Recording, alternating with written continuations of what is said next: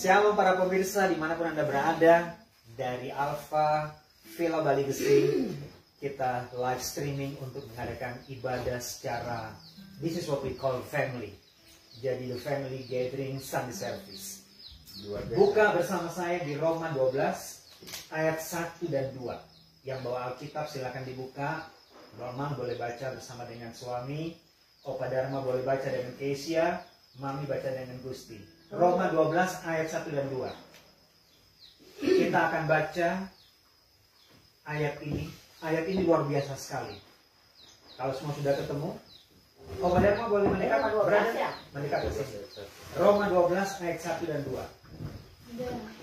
Ada kita pun. Ini iya ada. Oh, Gusti punya HP ada apa di sini? Ada. Silakan Gusti buka. Nah, biar Gusti bisa tahu. Isi ada. Bisa lihat kok. Bisa baca, bisa lihat ya. Oke. Roma 12 ayat 1 dan 2. Semua sudah ketemu ya? Kita baca dengan suara yang keras tapi tidak balapan. Oke? 1, 2, 3. Karena itu, saudara-saudara, demi kemurahan Allah, aku menasihatkan kamu supaya kamu mempersembahkan tubuhmu sebagai persembahan yang hidup, yang kudus dan yang berkenan kepada Allah. Itu adalah ibadahmu yang sejati. Ayat kedua.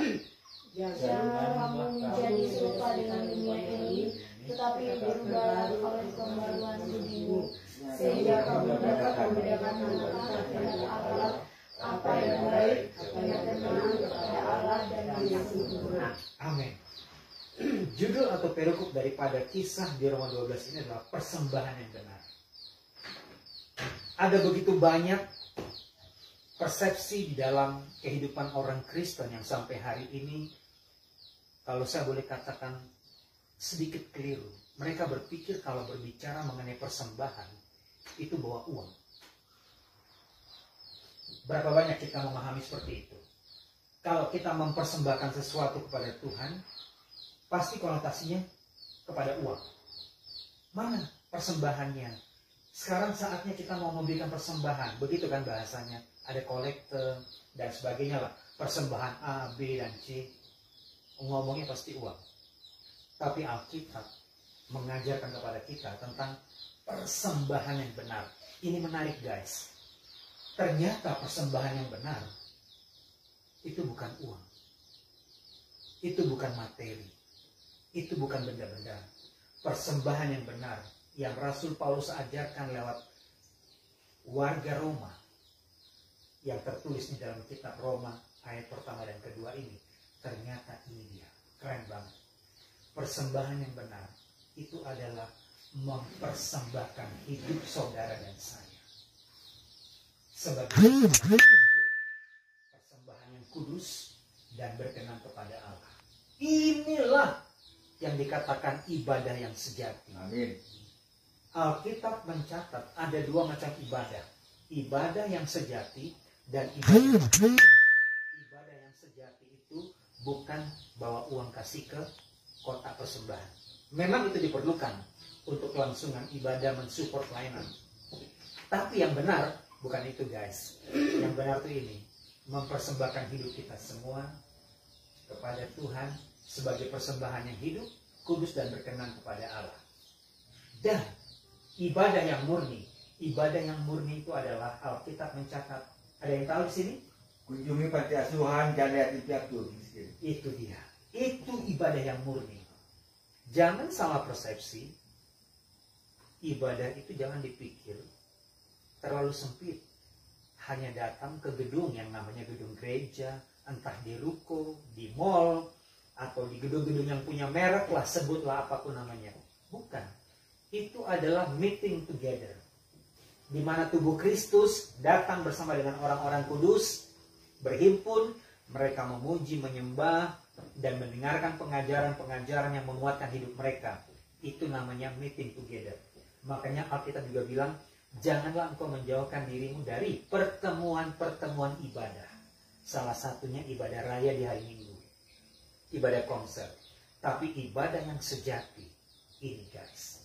Mempersembahkan hidup saudara, hidupku, hidup kita semua sebagai persembahan yang hidup, yang kudus dan berkenan kepada Allah. Amin. Jadi Mas Kun, kalau kita ibadah itu bukan soal datang ke gereja. Bukan soal datang ke dalam gedung untuk bertemu lalu berkumpul rame-rame. Ibadah itu ya hidup kita. Hidup yang benar ini ibadah. Hidup yang benar, hidup yang kudus, hidup yang berkenan kepada Tuhan. Nah, persoalannya banyak orang, saya berani bilang banyak karena memang rata-rata persepsi mereka soal ibadah itu harus datang ke gedung gereja. Bukan saya bilang itu bukannya ibadah atau bukan ibadah, no. Tapi ibadah yang benar menurut Alkitab. Nah, ini kita harus paham. Mempersembahkan hidup kita. Jadi kalau orang bilang, Pak, saya nggak bisa ibadah hari Minggu ini. Kenapa? Saya sibuk kerja. Kerja itu ibadah juga. Hello? Amin. Amin? Amin. Tapi kerjaan benar. Kerja itu adalah ibadah. Bahkan ada bahasa Arabnya, Mas. Pernah dengar? Oh, itu sampai bilang benar katanya itu. Ibadah itu adalah kerja juga. Bahasa Arabnya saya lupa, tapi yang jelas dikatakan begini. Bekerja itu adalah bagian dari ibadah. Kebersihan juga dari iman kok. Ya. Makanya Apa kalau bahasa Arab? ngaku Apa bahasa Arab? Nggak tahu saya. kebersihan bagian dari iman, jangan datang ke Alfa Villa Bali Meninggalkan sampah. meninggalkan sampah. Ngomongnya rohani lagi. Ngomongnya pakai label-label rohani dari kelompok A, B, dan C, tapi datang dan pergi tinggalkan sampah. Emang Gusti tukang sampah di sini. Direktur bank sampah. Gusti itu kamu mutin sampah. Orang kasar Gusti loh, tidak boleh loh. Ya itu dasarnya kan nggak boleh kayak gitu. Nah, jadi begini ya. Setelah kita memahami konsep ibadah yang benar, ibadah itu mempersembahkan hidup kita sendiri di hadapan Tuhan sebagai persembahan yang hidup, kudus dan berkenan. Itu ibadah yang sejati. Dan yang kedua, Tuhan mau apa? Jangan sampai kita rajin ibadah tapi hidup kita nggak berubah, nggak mengalami pembaharuan. Omong kosong juga. Rajin berbagai aktivitas pelayanan, rajin aktivitas ibadah, tapi hidupnya nggak berubah. Kalau dulu hidupnya di kubangan lumpur, saya katakan, tadi saya sharing dengan owner daripada tempat ini, Ibu Teni. Kita kadang-kadang sedih melihat orang Kristen, guys. Aktif dalam pelayanan. Rajin masuk gereja kalau ada ibadah 7 kali dia kebaktian. Tapi pulang kebaktian, dia kumpul kembali dengan, tahu saudara, kalau dia seorang homoseks, dia kumpul kembali dengan pasangan homonya. Buat apa? Kalian menipu Tuhan. Kalian yang tidak hidup dalam pernikahan kudus, ngekos karena untuk alasan supaya hemat biaya. Ibadahmu rajin, 5 kali dalam hari Minggu kau pelayanan naik mimbar. Mungkin kau seorang WL, pemusik, pemuji, pendoa dan sebagainya. Selesai ibadah pulang, kumpul kembali dengan kebo-kebo di tempat kosmu. Apa Tuhan berkenan yang seperti ini? Tuhan berkenan nggak? Jujur. Tidak. Tuhan nggak berkenan. Tapi kan banyak orang melakukan seperti itu dan happy-happy aja. Karena apa? Nggak mengerti esensi daripada ibadah yang sejati.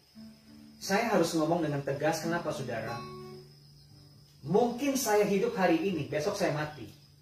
Minimal sebelum saya mati, saya beritakan kebenaran ini kepada teman-teman semua. Amin. Supaya kita punya pandangan paradigma yang benar dalam ibadah. Begitu. Jangan main-main dengan Tuhan. Kita semua datang ke tempat ini dengan selamat, diluputkan dari malapetaka. Ada maksud Tuhan supaya hari ini kita dengar firman Tuhan. Amin. Amin. Amin. Kalau sudah rajin ibadah, harusnya pola pikir kita juga berubah. Apa yang Tuhan mau? Pola pikir kita nggak seperti orang dunia. Nah, ini ayat kedua. Silakan dibacakan, Brother Dharma. Ayat yang kedua. Dari Roma 12 ayat yang kedua. Ayat yang kedua, Roma 12, janganlah kamu menjadi serupa dengan dunia ini, tetapi berubahlah oleh pembaharuan budimu, sehingga kamu dapat membedakan manakah kehendak Allah, apakah yang baik, apa yang berkenan kepada Allah, dan yang sempurna. Amin semuanya. Amin. Jadi kalau rajin ibadah tapi nggak mengalami pembaharuan akal budi, Sama seperti orang dunia yang suka tipu sana tipu sini, ngutang tidak mau bayar, sudah punya suami, sudah punya istri, doyan selingkuh. Ya apa bedanya dengan orang dunia yang nggak kenal Tuhan? Percuma dong ibadah rajin kalau model begitu. Bagaimana Om Gusti? Amin paling kuat.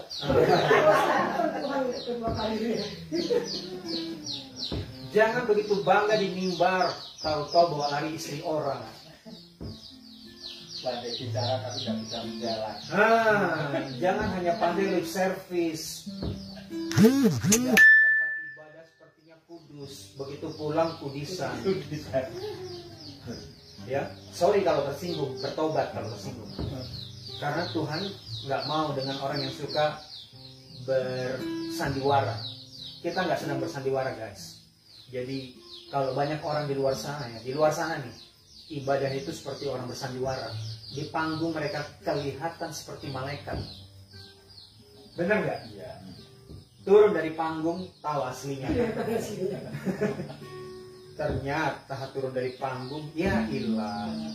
Yang narkoba, narkoba lagi. Jadi kita nggak mau seperti itu ya. Puji Tuhan kita ini berapa orang? 7 loh. 7 itu angka apa? Sempurna. Sempurna, tanpa kebetulan. Ibadah kita nih, kita datang tanggal 7 Juli, 7 bulan 7, dan 7 orang hari ini. Triple 7, sempurna.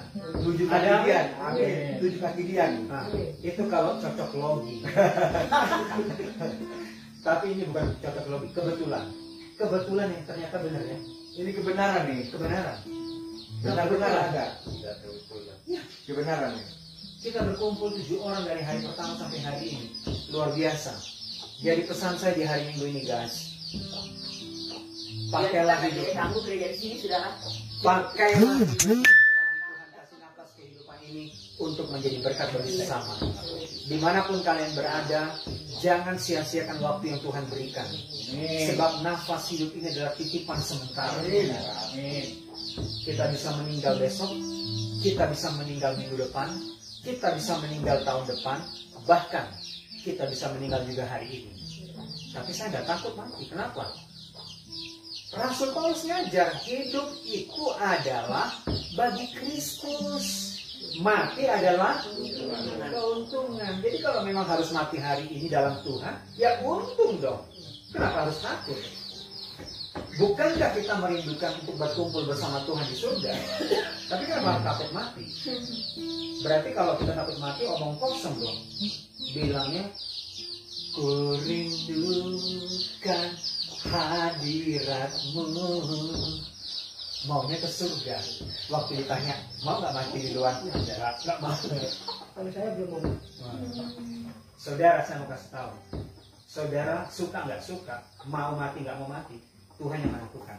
Amin. Tuhan tahu kalau hidupmu belum selesai, PR-mu belum selesai, dikasih hidup. Makanya saya nggak takut ngomong soal kematian. Kenapa?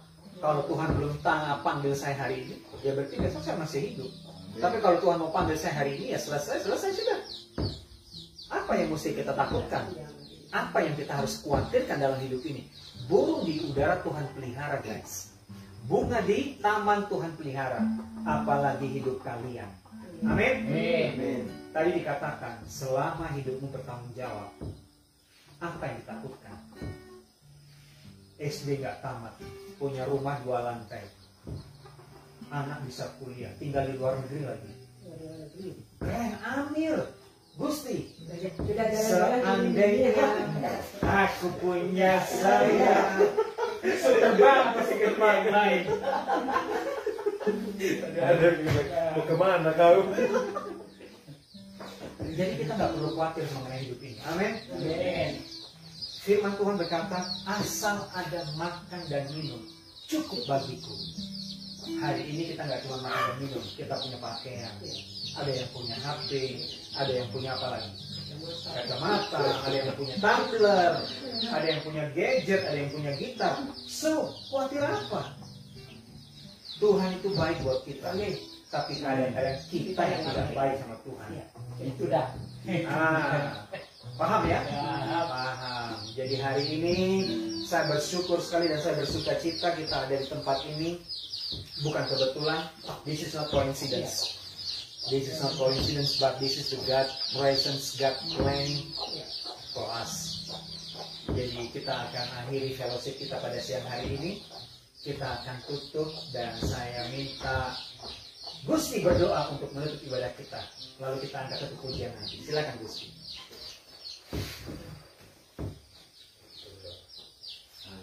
Surga, terima kasih untuk waktu dan kesempatan yang indah ini karena dapat berfellowship di hari ini dan semuanya bukan kebetulan karena topik ini sudah dijelaskan oleh Bapak dengan film surga dan apa yang kami dengar jadi satu pedoman dalam kehidupan kami di setiap hari dan dalam kami. Terima kasih. Haleluya. Amin.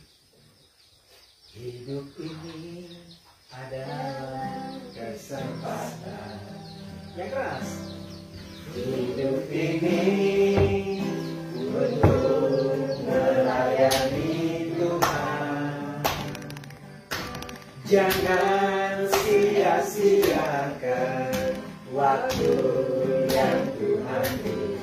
Hidup ini harus jadi berkat. Oh Tuhan, pakailah hidupku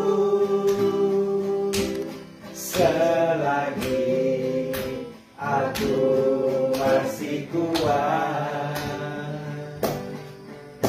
Bila saatnya nanti ku tak berdaya lagi, hidup ini sudah jadi berkat. Oh Tuhan,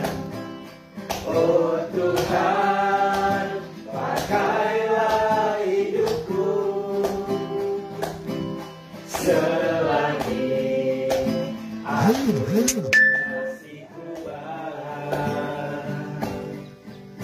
Bila saatnya nanti ku tak berdaya lagi, hidup ini sudah jadi berkat.